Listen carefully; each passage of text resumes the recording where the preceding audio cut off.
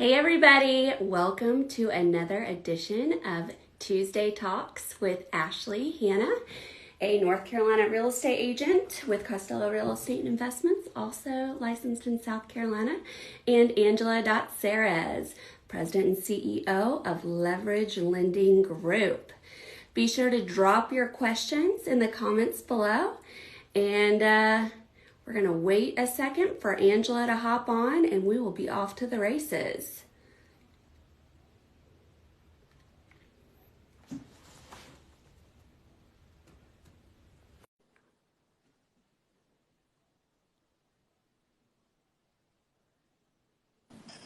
Hey. Hey, what's up, Ash? How are How's you? it? Good. How are Let you? me turn the volume up here. Sure, I can hear you. Perfect. All right, cool. What's going on? How are you? Just another day. I know, right? I know. I apologize about the delay here, but you know how it goes. It's life in the big city. We're here. That's what's important. Right, right. Hey, looks like staging queen, Keisha. Keisha. She's from Atlanta. Oh, cool. What's up, Keisha? Yes. Thanks for joining. Thanks for joining. So, talk to me about what's going on in the real estate world. I do have a question or two for you. Remember, I was telling Ooh. you over the weekend I was talking to Bruce, and I wanted to get your opinion on what he had mentioned. So we'll get to Yes. that. But yeah. Bruce was my pre-licensing instructor, and he's so knowledgeable in the real estate market, and I feel so blessed that I got to learn underneath him to get my license. Yeah, for sure. I've known the guy for, when he used to, and I happened to see the name because I was going through a database, trying to clean up my database, and it's Urban Realty was the name of his real estate company back in the day. Okay. So, Okay. but I knew him. I was a preferred lender for him years and years and years ago. So, and we've just stayed in touch, and he's gone up the ranks, and he basically wrote the test for the commission, real estate commission. So, just a very good dude to know for sure. Yeah. Absolutely. He's so knowledgeable on all things real estate, and that's the thing I think that's so interesting about specifically in North Carolina. It seems that North Carolina is one of the hardest states to get licensed in. At least that's what I hear from people. And every month the North Carolina Real Estate Commission sends out like an update. And one of the stats in there is the people that pass both the state and national test the first time around. And that those numbers are like 30-20%. Yeah, it's a tough test. I mean, I haven't taken it personally, but I know of a lot of people that have gone. It's been failed once or twice or maybe three times. It's a tough test. I you know, I love learning and I love studying, and so worked really closely with Bruce, and I actually had him tutor me before the test and everything like that. But I'm proud to say that I passed the first time. So, Woo-hoo! Good job. yes. That's because that's no easy Yes. feat. That's no easy feat Yes. for sure. So congrats on that. So one of my clients, we found a house that went on the market this morning. This is the clients that we're working with together, actually. And the house went on the market this morning, okay? And then I scheduled an appointment for this afternoon for us to go look at it. The agent called me 30 minutes later and said they have multiple offers and are calling for highest and best. It is a Tuesday, folks. It is a Tuesday. Like, this isn't a weekend. And this house is in Dallas, which is like not usually a popular suburb of Charlotte. Right. Yeah, not the big city. So let me ask you this, because see, this is also something that he brought up on in our conversation. And I didn't know this. I shouldn't know this, but if you present an offer to the agent, they have to present that offer. They can't Yes. wait from what he's saying, that a lot of people, or we're waiting until Sunday to, to submit all offers, blah, blah, blah. Well, is that how? I hear of a lot of agents like saying we're going to wait and get all the offers over the weekend and then present all the offers to the seller on Sunday night. Is that correct? So Not from correct? what I understand, Bruce obviously is the expert on this. He is an instructor, worked for the commission. But from my understanding, and I think I should fact check this with Bruce, but what I do and what I assume a lot of other agents do is that they're following their client's directive. So meaning if the sellers say, get all the offers in and, present everything that you have to me at 8:00 on Sunday, then that's what you do. I got you. Okay. So it's not and he was mostly talking the agent, the listing or the selling agent wasn't going to tell the sellers about the offer until any offers until they all came in. So I think as long, and I don't know, but from my understanding, as long as that's what your seller wants you to do, then Gotcha. that's what you do. Otherwise, like I ask my clients up front, I say, listen, you're in a price point that I think is going to get multiple offers. You're going to have a ton of showings out of the gate. So here's the deal. Like, do you want me to present all to you at once? Do you want to know as they're coming in? What do you prefer? Gotcha. Okay. Makes sense. Good stuff. I guess it's case by case when, however that client wants to make that happen. So, yeah. And I mean, it's hard to know that as a buyer's agent unless you talk to the listing agent and the listing agent says, per my clients, we're presenting all offers at X time. Do you know what I mean? Yeah, I gotcha. So yeah, that's my take on that. What other stuff did he have? I kind of don't want to say it on here, honestly. Really? Yeah, it's additional EMD. Hey, Marley. She's in Charleston. She's good. What's up, Marley? So what was the question again? Additional EMD. Oh, what about it? That's where and I don't know if I should be telling all his secrets, but to help win contracts, you have an EMD, and then an additional EMD can be presented to the seller after the DD period. So I just didn't know if because I haven't seen any contracts ever where it's additional EMD after the due diligence period, just to kind of help solidify or strengthen the offer. That is an option on the North Carolina offer to purchase and contract. There's a spot for the due diligence, the earnest money, and then additional earnest money. I've never utilized the additional earnest money because I just haven't seen the value. Sure. As a listing agent, I think if all of the offers are the same and you're not, obviously nothing is a done deal in real estate until you're at the closing table, and not even at the closing table until the documents are signed and it's recorded. Like, correct. And when it's recorded, that's when it's a done deal. Yeah. Yes. So I think, that could be a good strategy if you are nervous about, I don't know. I haven't used it. I would like to know if there's some other agents on here. Do you have the option for additional earnest money in your state or area? And do you use it in this kind of competitive market? If you're an agent in another state and you find success with that, or even in the Charlotte area, drop a comment below, because I'd be interested to know how for sure effective that is.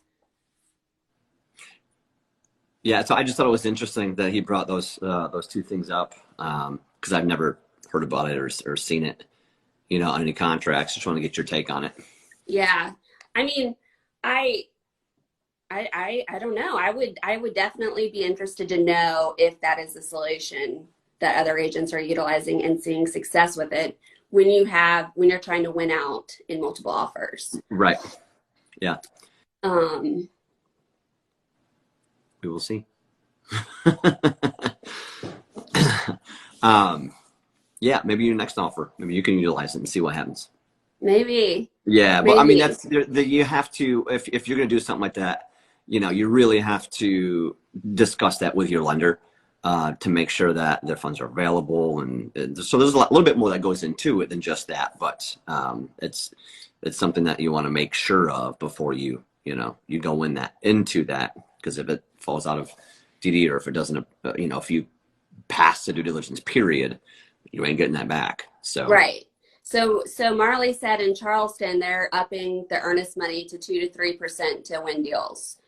2 to 3% of the total asking. Yeah, that makes sense. I mean, the thing about this is a very common question I hear from clients is, what is the norm, for due diligence and earnest money? And I'm like, listen, there is no standard, but what I typically see in the marketplace is anywhere between 1 to 2%. So Marley's saying down in Charleston, it's best just to go to 3%.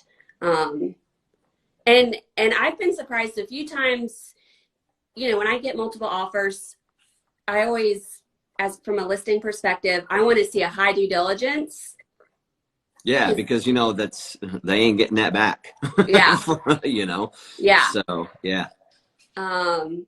She said in Charleston, in the normal market, 1%. Okay, that makes sense. That's like what it is in Charlotte as well, usually. But I don't know if they have in Charleston additional earnest money, but I haven't utilized that. And I think maybe if you do want to win and you are looking to get 2 to 3%, maybe you offer an additional percentage, right? Right. That could be a good strategy. You're right, though. That is absolutely a conversation that you have to have with the lender as well. Like, bring them in the loop. Right. Exactly. Because I feel like clients are typically pretty honest with me, like on the buy side, about what they're comfortable with financially. But I'm not looking, I'm not digging in like you are. So I have no way to verify what they're saying most of the time. Yeah. So the things Marley does, so she, Marley, what's she, and what I'm curious as to how her market may be a little bit different than ours. If maybe she can comment in there about what's their, I guess, days on market, or she's experiencing the same, I guess, inventory issues there as there are here. I'd be interested to know, but if she wants to answer, she can. Yeah. So yeah, she does some good marketing videos, and she kind of talks about that sometimes. Maybe she'll drop a comment and give us some insight into if they are experiencing like a seller's market, like ton of buyer demand, low inventory. Let us know, Marley, if you get a chance. But I took my clients out to see houses this weekend. We looked at 2. These are homes in the Iron Station area, which is probably, I'd say, 40 minutes outside of Charlotte proper, Center City, Charlotte, and it's on the east side of the city. No, the west side. Map. Never eat soggy waffles. Sorry. That's funny. I'm a real estate agent, not a geography specialist. And both houses went on the market Saturday morning. Both houses had multiple offers by Saturday afternoon. Yeah. That's crazy.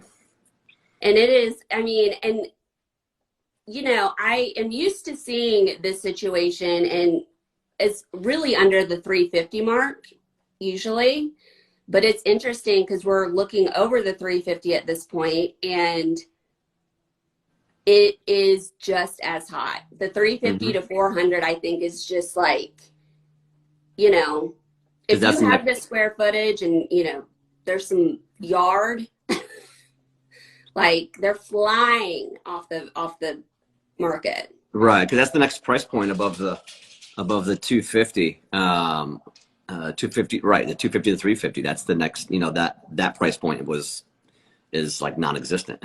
Just Yeah. can't really find much. Yeah. That's probably what's happened. Yeah. People just gave up. So. Right. Looks like she answered here. We have 50% less inventory than we're used to right now. 1-2 months inventory, most areas we're used to. Wow. Yeah. So it's basically the same. Yeah. Same here. That's exactly it. And it's interesting because too, it's not just like, I'm assuming this is probably, okay, she said, but new desirable listings are selling in the first 5 days. Sellers are getting 97%. Yeah. Yeah. Marley, send me a message. I got some questions about Charleston for you. Once we get wrapped, maybe this afternoon we can have a chit chat. But so send me a direct message and we'll link up. Yes. Cool. It's interesting. Charleston is, I think, always a desirable area just because of the location and there's, Charleston, yes. And then, right. Yeah. Yeah. Who doesn't want to be in Charleston? Right. You just mic drop and you walk out of the room, right? That's how it is. It's expensive down there. Like trying to get anywhere close to like Folly Beach, James Island. It's expensive. It's pricey for sure.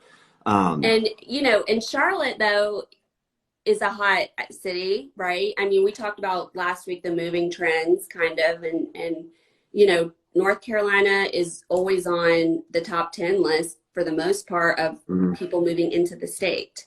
The South has the weather, the cost of living is typically lower than most states. So I think that inventory in most of these major like southeastern states is extremely low, like down over 50% from prior year, a month or so of inventory on the market. She said 30% of our second home purchases are from Charlotte. No doubt. Yeah, right. Yes. We talked about second homes last week. We did a little bit. Yeah. Girl, I might need to hit you up. Let's go in. Let's all go in together. Yes. Then we can, really be competitive down there. Yeah, right. I want a house on the beach. Yeah, no joke. That'd be nice. But yeah, it is intense. And I see that. I think, traditionally this time of year, you're going to start to see more homes go onto the market, right? That's what the data says. Last year was a little weird with the lockdown happening, right? And It was like mid to end of March or something like that. So that is going to skew the numbers, but you can't really look at last year during the spring because it's just not going to make sense from a data standpoint. But you usually see the first quarter a new influx of inventory hitting. It's after the holidays. The rates are still low. And I want to talk to you about that, Angelo. What are you seeing in the market? Any weird shifts or nugs of knowledge about that? No, as long as, so the stimulus, they're talking about the stimulus. They're kicking that down. They're kicking that can down the street to March. And so that's going to keep rates low. Is we have to keep, or they're going to keep pumping money into our economy with printing money, basically buying our own, mortgage-backed securities and treasury and stuff. And they need to do that to keep the rates low because there really isn't an end in sight right yet for COVID. And so a lot of it hinges on COVID, people getting back to work, this vaccine, is it going to work? Is it going to stop the bleeding? And so until we get a handle on that and can start the downward curve from that, then rates will probably start ticking up. But until then, they're going to remain even keel. Really? Mm-hmm. You're going to see slight little ticks up and slight ticks down, but it's like going to be a seesaw until that happens. So you said that, so the stimulus, the second, is this the second or third? I don't know. This is going to be the second. This is the second, yeah, because it just came out, and then they're trying to get, there's a lot of people that didn't get it, that didn't file tax returns, and blah blah blah. So they're trying to get it in everybody's hands right now. That may or may not have been me.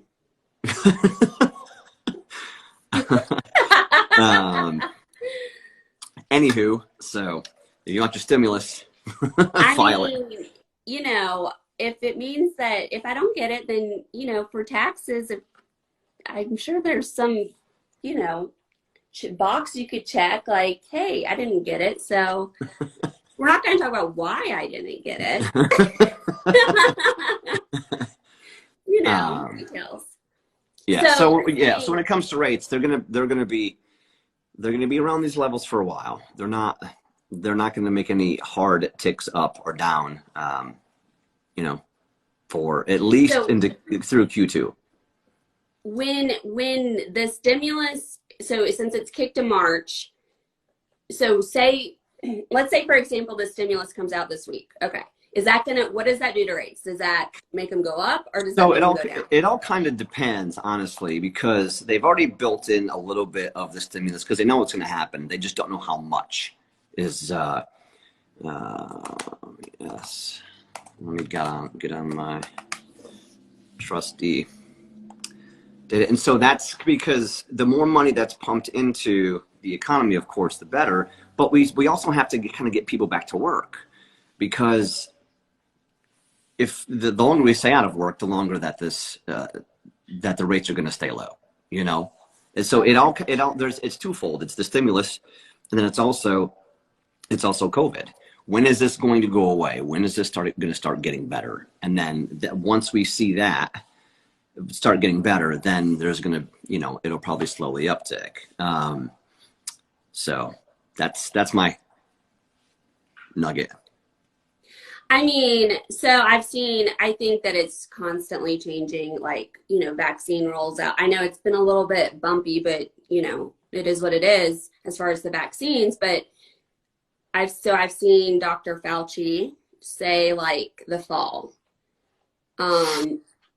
or I've heard June and I've heard the fall. I don't know why June is sticking in my head, but it is. So I think that, and what I've been advising my clients, and I'm careful to say, I'm not, I don't have a crystal ball, but here's what I'm seeing, that things are going to level off by the end of the third quarter, into the fourth quarter. So that means that I think we're definitely going to see a rise in rates at that time. Yeah. Yeah. If we have it under control and it starts getting better, 100%. That's just kind of based on the headlines that I skim every day, I'm not a doctor, but no, but that's definitely good to, they have to keep them low right now to keep the economy stimulated. That's the reason why the housing industry right now is such a boom, because rates are so low, affordability is up. It's creating so much demand for new, people looking to purchase a new home. That's why home appreciation is going up, because there's no inventory out there. People are paying them over, full sticker, if not more, to get into the property, because there's multiple offers. So, hey, Nadia. Yeah. I just hope it stays this way for a while, but what, it's interesting because I am thinking, I'm always just trying to evaluate where we're at, and based on data and historical knowledge where we're going. And I think that it's going to be in the next couple of years, it's going to be hard for people to move because rates will be higher, right? And that's going to hinder people's ability to move up or relocate, or right. It could be, hopefully it'll kind of reverse from where we're at now. There's a lot of more money in the economy, more paying, higher paying jobs, and hopefully it's just gonna keep on going up. But yeah, who knows on that? Because you've been around for a few different cycles, so when rates tick up, what do you see in your business? Like, what are questions or concerns people have? It's usually if, like, of course, refis kind of go by the wayside when rates tick up, because if you have somebody in a 2.7% rate, when rates are at 3.5 or 4, then what's good is going to do them. But there's still a need for people from time to time to do a cash out refi, to tap into the equity that they have. So it may make sense, to refi out of that, their super low rate, just to get some cash out, send the kids to college, or, do the home edition or whatever it may be. So refis are still going to be there, maybe not as much. And I've always been purchase, minded. Purchases are never going to go away. They never went away when the crash happened. That didn't go away when COVID happened. So, it's just, purchases are always going to be there. Refis are kind of cyclical, come and go. There's a lot of refi companies that all they do is they open up for a refi boom, and then they just go by the wayside because that's all they do is refis. Somebody called me the other day and said, yeah, my current mortgage company is only doing refis. They're not doing anything else and I was like, well, that's kind of stupid, because when refis go away, what do you're not going to have anything. That a lot of times close up shop. when a lot of times, in refi booms, mortgage companies, loan officers like myself, they stop catering to the real estate agents. And so, because that's all they're like, all right, I don't need them. Well, there's going to be a point in time where you're going to need them again. So, I've always been purchase minded. I'll always be purchase minded. Refis will come and go. Purchases will always be there. Yeah. I think that if you're not moving in the next year, you should refi if you haven't already. 100%. And your advice is, like, I think that if you're in that situation that I just said, you should just talk to Angelo, because he'll advise you. He'll paint a picture very quickly. Like, when people are always trying to do this math on their own, I'm like, don't, just because I'm not a mortgage broker. Angelo's going to be the one that can easily advise you. Right. I just need some data points. I just need some data points and go on like a what if scenario, and I can say, okay, this is what we could potentially do for you. If this looks appealing, let's do a deeper dive. Let's take a complete loan app and then, get all the hardcore numbers and get you like a solid quote out. But, it doesn't take, 10 or 15 minute phone conversation for you to say, yeah, no, you're at a good place, or yeah, maybe we should look into it further. So, yeah. I mean, I think if people, it's funny because when I'm looking at houses and I see, people's mortgages when we're buying or whatever, I'm like, you see them at the 4%. And it's so funny because historically 4% is still low. It's still low, right? You're just like, wow, you should have refied because, or whatever, Yeah. And when rates start ticking up, if you start talking to people about a 3 or a 3.5% rate, it's going to be like the end of the world. Right. Oh my God, this rates are so high. No, they're not. Just chill. Right. You're still getting, it's cheap money, even if it is 4%. I mean, come on. Yeah. So it's interesting, how all that works. I mean, because when we bought our house, it was like we were at like 4.5, and then, I mean, now one of our clients that we've worked with, I'm actually going to list their house soon, but he was like, should I refi? And I'm like, well, if you're going to sell your house if you're going to sell your house in the next, or if you're not planning on moving for a year, then maybe. Otherwise, don't do it, because you get those closing costs, right? Like, I mean, you're adding on a little bit, right? Correct. If you're going to sell it, then whatever savings that you had for that year is gone with whatever you added to the principal balance. So it makes no sense. What is the typical cost to refi, like at closing, the closing cost? That's a loaded question, Ashley. I'm sorry. No, I mean, are you talking about just hard costs? A lot of people think, oh, what's the closing cost? Well, there's, you have your hard costs, which is attorney fees, appraisals, Yes. prepaid interest, stuff like that. But then you also Right. have taxes, your escrows, taxes and insurance, which is also a cost.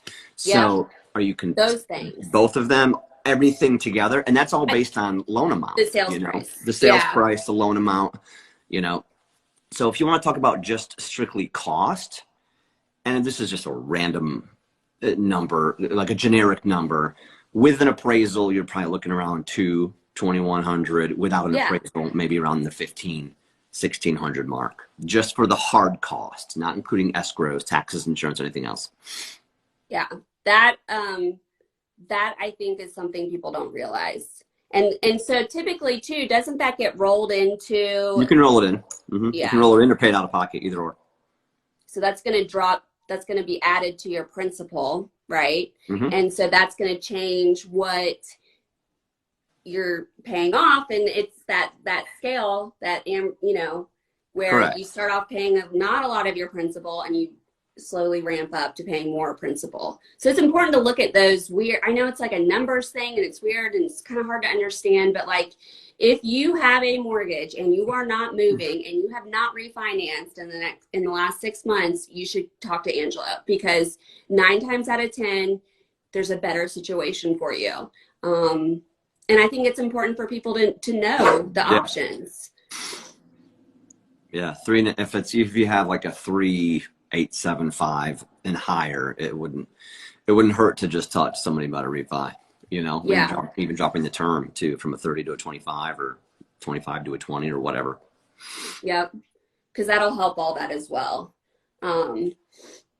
So I mean, rates are great, but we're just we're, especially in the Charlotte metro area, we are struggling for inventory, and quality inventory, like things that are kind of turnkey, right? There's a lot of houses that are just on the market, but they need work. And if people are already buying at these high price points, it's going to be tough to have any extra funds to do anything else to the home.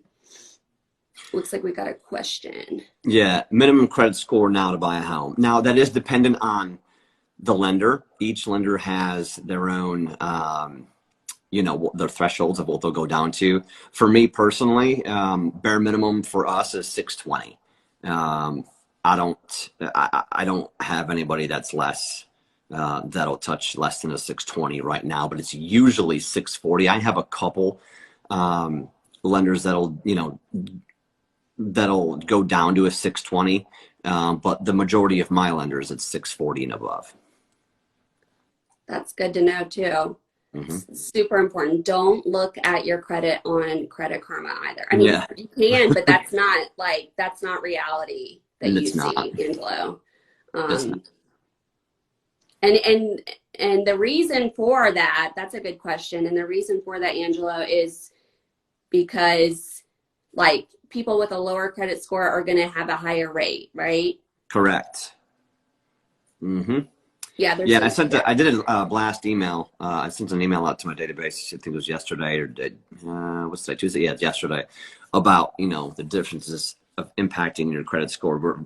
Having a higher score, will help you get a much lower interest rate. You can buy more, cheaper payment, all that good stuff. So it's very, very important to keep your credit intact. And, we can talk about, in the next week's, we can talk about either credit monitoring, putting freezes on credit. That may not be a bad topic to discuss, because people don't really utilize it that much. And so why it's key to maybe put something like that in place. And also, I just had another idea too about next week, and what is it about credit score? Student loans. We can talk about student loans too, and what's going on with all that. Yes, I think those are so next week we'll talk about credit scores and student loans, and if somebody wants to get on your email list, Angelo, what can they do to sign up for your email blast? Just send me a message online, or shoot me a comment, and you may want to put your information in you know, in the comments. So just shoot me a DM, and I'll go ahead and shoot you my email with all my contact information. Reply back with your contact information, and I'll put you in my system. Yeah, because I mean the blasts that you send out are so, like, they're good nuggets of information, and if you just take a second and you read it, it just makes you that much more informed, and it's good. So Nadia's like, sign me up. Yes. You got it, Nadia. I'll send you an email with all my contact info, and then just reply to me. Yes. So so to recap a little bit, we talked about inventory in different markets and ways that you can be more competitive in a multiple offer situation utilizing the additional earnest money funds. If any other agents in other areas, or even in the Charlotte area, if you do this and you find success, please drop us a comment. We want to know about it. Yeah. Yeah. And you know, we had some people in some different states on with their perspectives about how their market is very competitive right now if you're trying to buy, but we're still riding those low rates. And I think next week we'll go into as well a little bit about credit scores, what that all, you know, the details there, and how it affects the rates that you can get, as well as student loans, what you need to know and how it affects mortgage loans. Yeah. Cool.